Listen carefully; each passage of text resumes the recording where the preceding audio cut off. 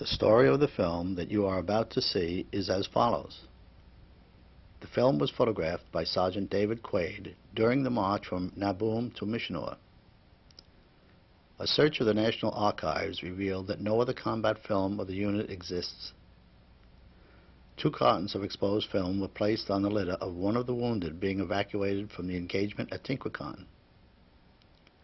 The airstrip at Everang proved too short for takeoff. Twice, liaison planes crashed.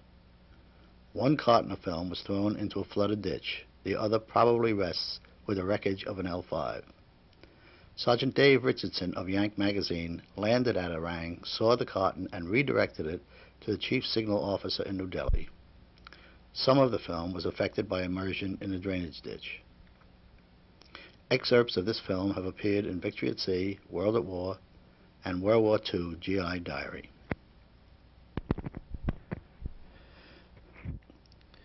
The 5307th Composite Unit Provisional operated in North Burma during World War II for a period of approximately 5 months early in 1944. Its code name was Galahad and was dubbed Merrill's Marauders by James Shepley, a correspondent for Life magazine. The unit fought in 5 major battles and 30 minor engagements and never cracked before the enemy. Its shoulder patch incorporates a Chinese star signifying combined operations with units of the Chinese Army. The green field represents the jungle under which the Marauders fought, but which also provided cover and surprise in their attacks on the enemy. The lightning bolt symbolizes a strategy of long-range penetration, operating behind enemy lines without the comfort of continuous supply lines. The 5-pointed star is the Star of Burma, the arena of combat. The blue field, the sky from whence all supplies, food and ammunition, arrived miraculously by parachute airdrop. 27th April 1944, Naboom, Burma. Lieutenant General Joseph Stilwell arrives at the Naboom airstrip by L-5 liaison plane. This was to be the final briefing and marching orders to Brigadier General Frank Merrill regarding the attack on a main Japanese base at Mishinur. The 2 generals observed the last supply drop before the operation was kicked off.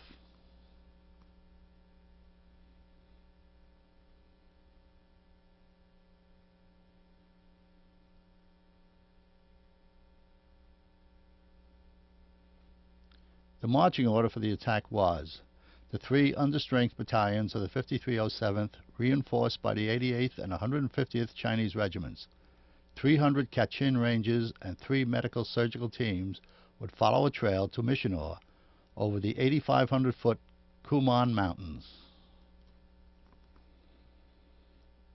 The L-4 and L-5 liaison planes were the mules of the air, transporting essential personnel to remote areas, then evacuating wounded.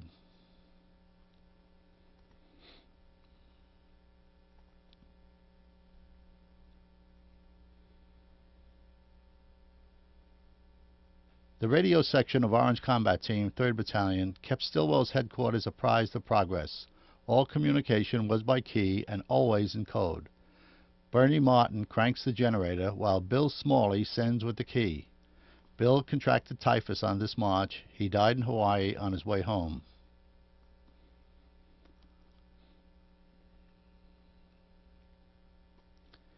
Incessant rain made the trail impassable.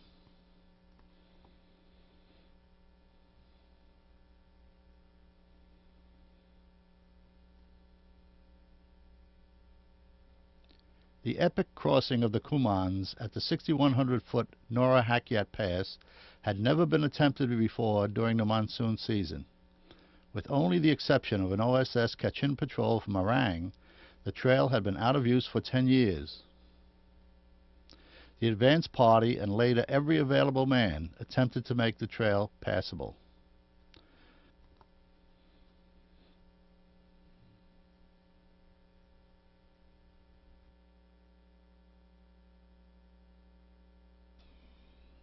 The 3rd Battalion lost 20 mules and 2 tons of irreplaceable supplies. When a rifle fire commenced to put the mules which had fallen over the cliffs out of their misery, it sounded to those in the rear as though we had engaged the enemy.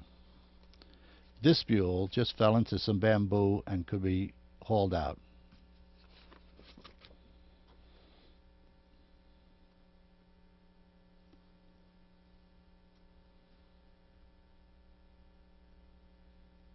The Chinese soldiers or Chungwabings were assigned to us as stretcher bearers.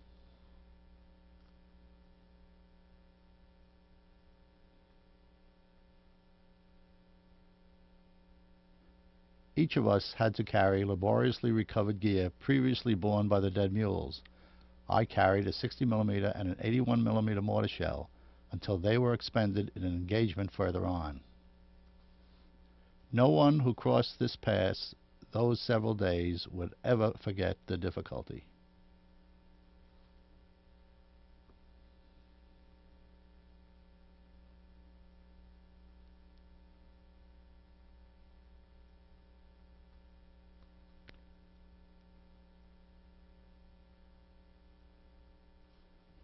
The mule skinners did everything in their power to help the mules with the climb.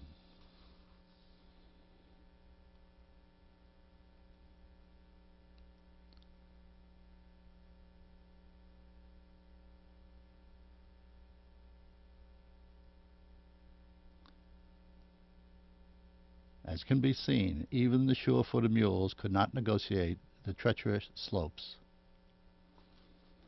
Each mule had to be unloaded and their burdens taken over by men.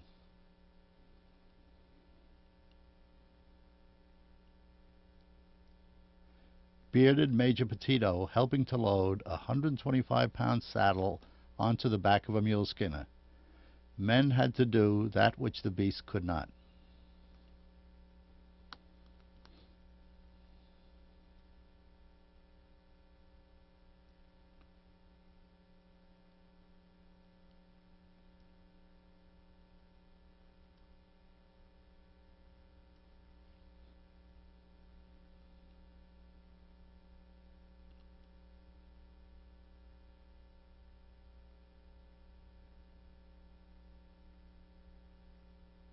When we finally arrived at the summit, we were assured that the rest of the march would be all downhill.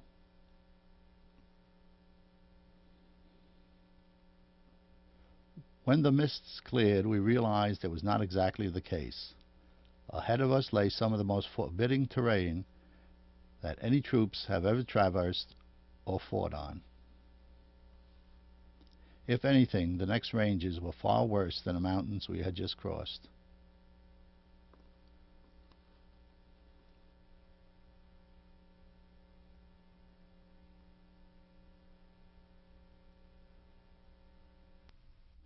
Orange Combat Team, commanded by Major Petito, moves forward to establish a trail block while the battalion takes a supply drop at Salawang Hakyang. Smiling Corporal Warner Katz killed the first Japanese by an American infantryman in Asia. The 1st and 2nd Troop Carrier C-47s and drop crews were so good that they took pride in stacking the supplies for us. Chutes that fell into the tall jungle trees stayed there.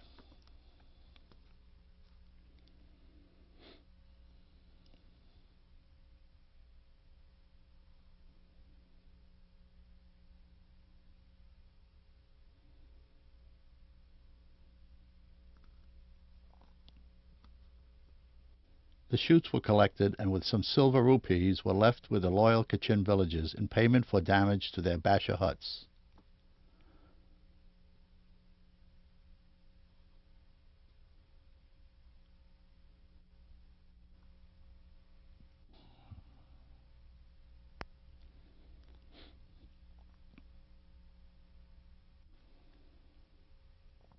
The dogs romping about were not pets, but were in fact an important food staple for villagers.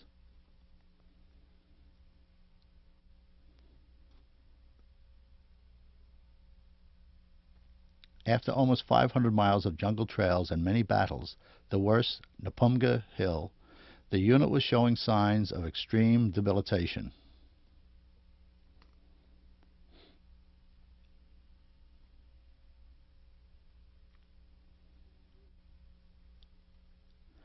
High on the ridges, it was almost impossible to locate drinking water.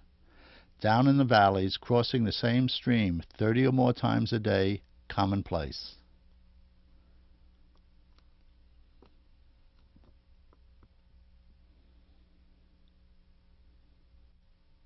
"7th of May, Ritpong, the first contact with the Japanese.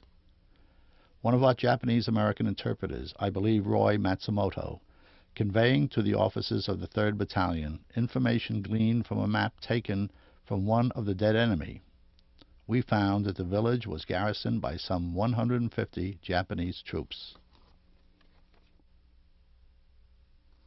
As the Chinese 88th Regiment attacked Ritpong from the north, Khaki Combat Team put pressure on the Japanese from the south and took casualties. These wounded were recovered despite constant enemy fire. We did not abandon our dead or wounded.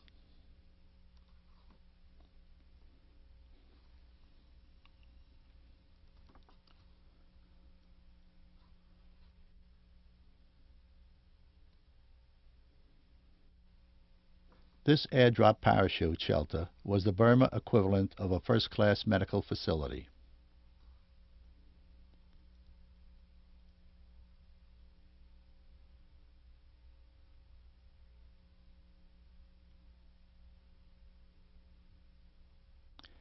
Here, Captain Paul Armstrong, 3rd Battalion, Orange Combat Team Doctor, aided by Tony Colombo, Colonel Beach's runner, ministered to the wounded.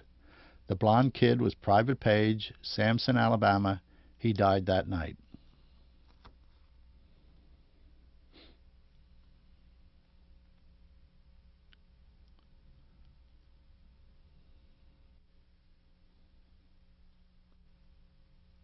After a successful conclusion at Ritpong, 90 killed by the Chinese, 40 by the Americans, 3rd Battalion was sent on a feint toward the Japanese supply base at Nizapzup to enable 1st Battalion to make a dash for Missionor undetected. West of Tinkracong, Orange Column encountered fierce Japanese resistance. First estimate of enemy strength, 1 platoon. The reality, 1 battalion. The result, 8 dead, 20 wounded, heavy Chinese losses.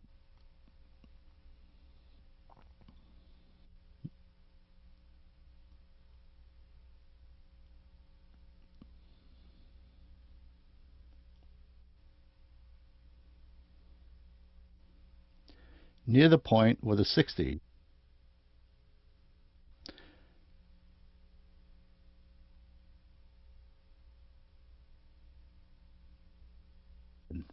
Just over the rising ground is the enemy. Fire and dig and keep down.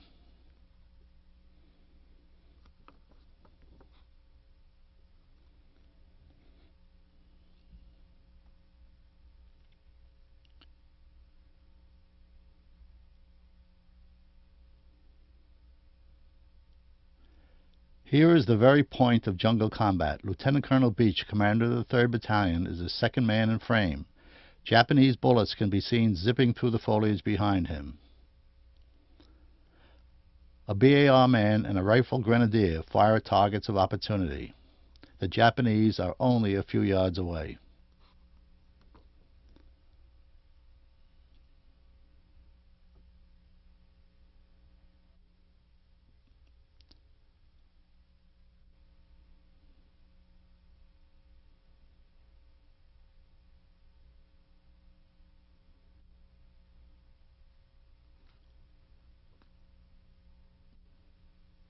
I said to Colonel Beach, "What are you doing here? You should be in the rear running this thing." In answer, Beach ran forward and unloaded a grenade on the enemy. The jungle obscures the result. When the firing let up, the packs of the dead Japs were open for intelligence purposes. Sergeant Toomey, seeing us in an exposed position on a trail, yelled for us to take cover. At which point, a Nambu machine gun opened up. As we dove through the bullets to the safety of the jungle, the Nambu traversed with us and into the heavy machine gun section. Toomey was hit. As can be seen, Captain Armstrong was right in there. Perhaps here is where he earned one of his 2 silver stars. Japanese bullets can be seen flying by.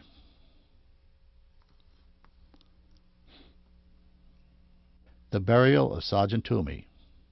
It is obvious, as Toomey is wrapped in his burial shroud, a poncho, that his comrades in a burial detail disapproved of the photography.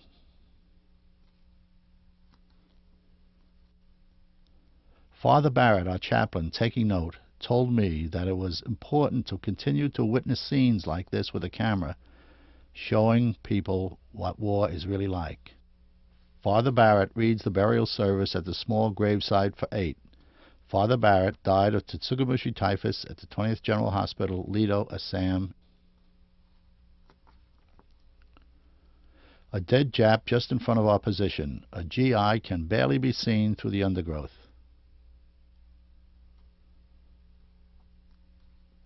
After pinning down a Japanese for 2 days, 3rd Battalion was ordered to break off contact and to follow the 1st to Missionor with all haste. 3rd Battalion Artillery covers the withdrawal with their 2 pack howitzers.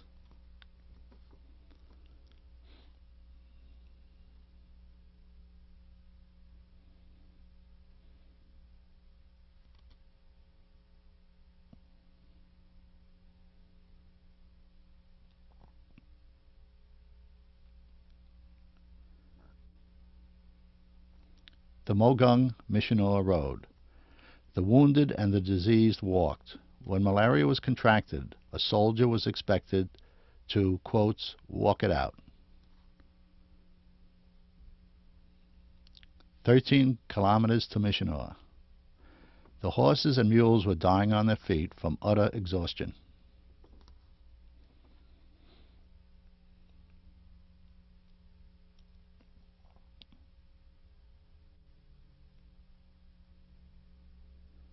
As the unit crossed Namqui Hakka, it was obvious that many of the troops marched in a trance-like state. Tsugamushi typhus, malaria, and malnutrition had done their work. 140 of these marauders would die in the coming weeks from typhus alone. 17th of May, 1st Battalion and the Chinese 88th had taken the airstrip, the Japs countered by a successful zero strafing and bombing attack. As the battle for Missionor settled into a siege, a war of attrition began. Neither the Americans, the 5307th, the 209th, and the 236 Engineers, or the Chinese regiments were equipped for trench warfare against an incredibly dug-in and fortified enemy. We had the 88th Fighter Squadron based on the airfield. They daily provided probably the closest dive-bombing support of ground troops in World War II, 2 miles to the enemy.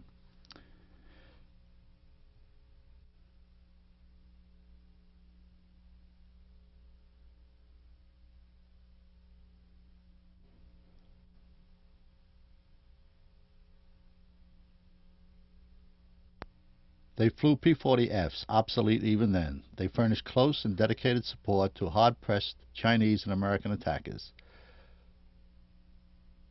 Those 250-pound demolition bombs can be handled in this cavalier manner, since no fuse or detonator has been attached as yet.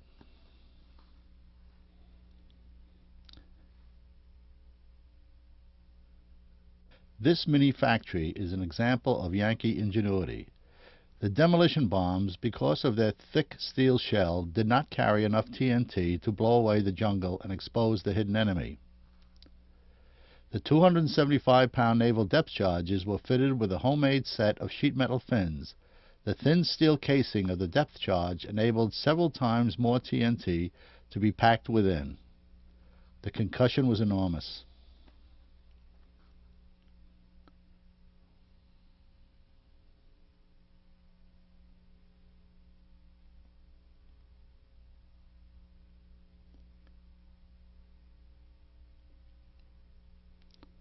The armorers of the 88th moved from factory to dive bomber.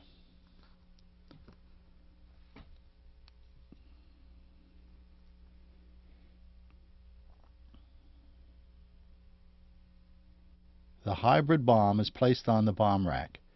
3 of the plane's 6 50 caliber machine guns are visible. A small counter-rotating propeller is screwed to a threaded rod on the detonator of the depth charge. A wire fastened to the wing is passed through a hole in the propeller. When the bomb is dropped, the wire is pulled free, allowing the propeller to spin, arming the bomb.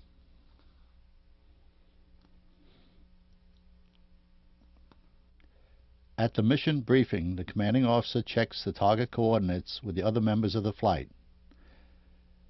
His plane's name is Flung Dung. It flung more than that.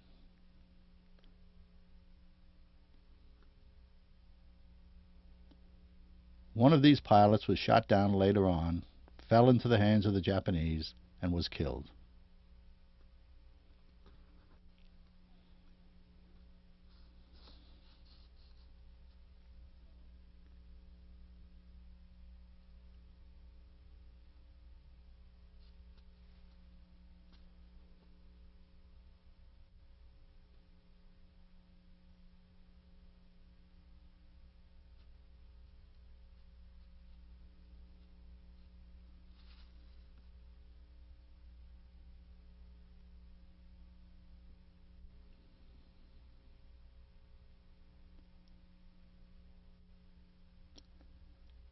Smoke from the battle for the besieged town rises in front of the mountain.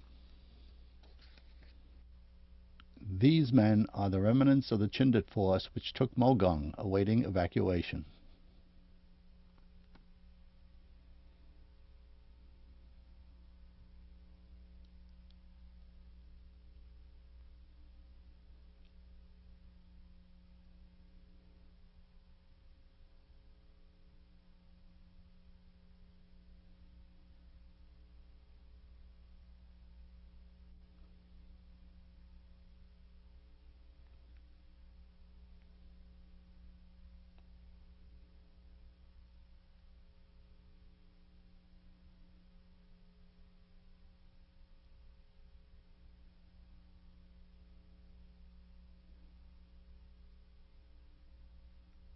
The P-40s make one climbing turn and are in position to make their run. I mounted the camera to the gun sight of one of the planes. Smoke shells fired by the infantry delineate the target for the P-40s.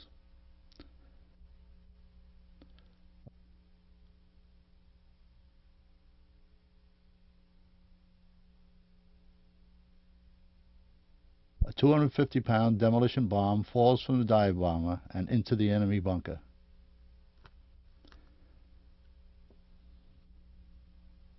This was a close support mission for American infantry. The camera plane is following the squadron leader, who is zeroing in on a bunker in a grove of trees. When the first ship pulls out, the camera ship continues to follow the bomb.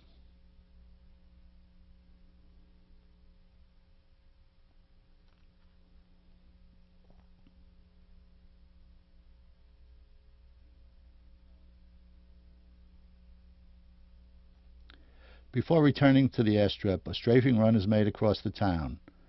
The Irrawaddy River is in the background.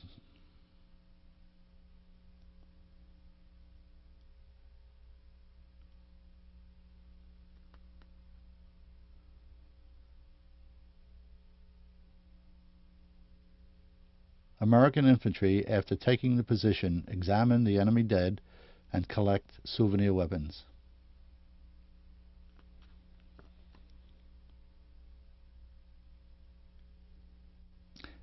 As the dive bombers return to base, there are now only 3. The camera plane was directly over the exploding bomb and barely got back to the field where it crashed. The pilot was safe.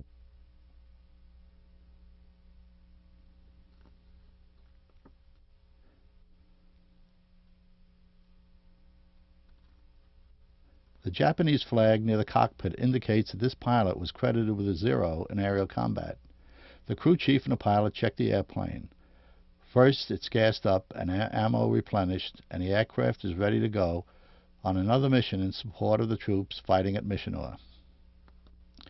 These pilots had made so many dive-bombing missions, the only place left to keep score was on the tail.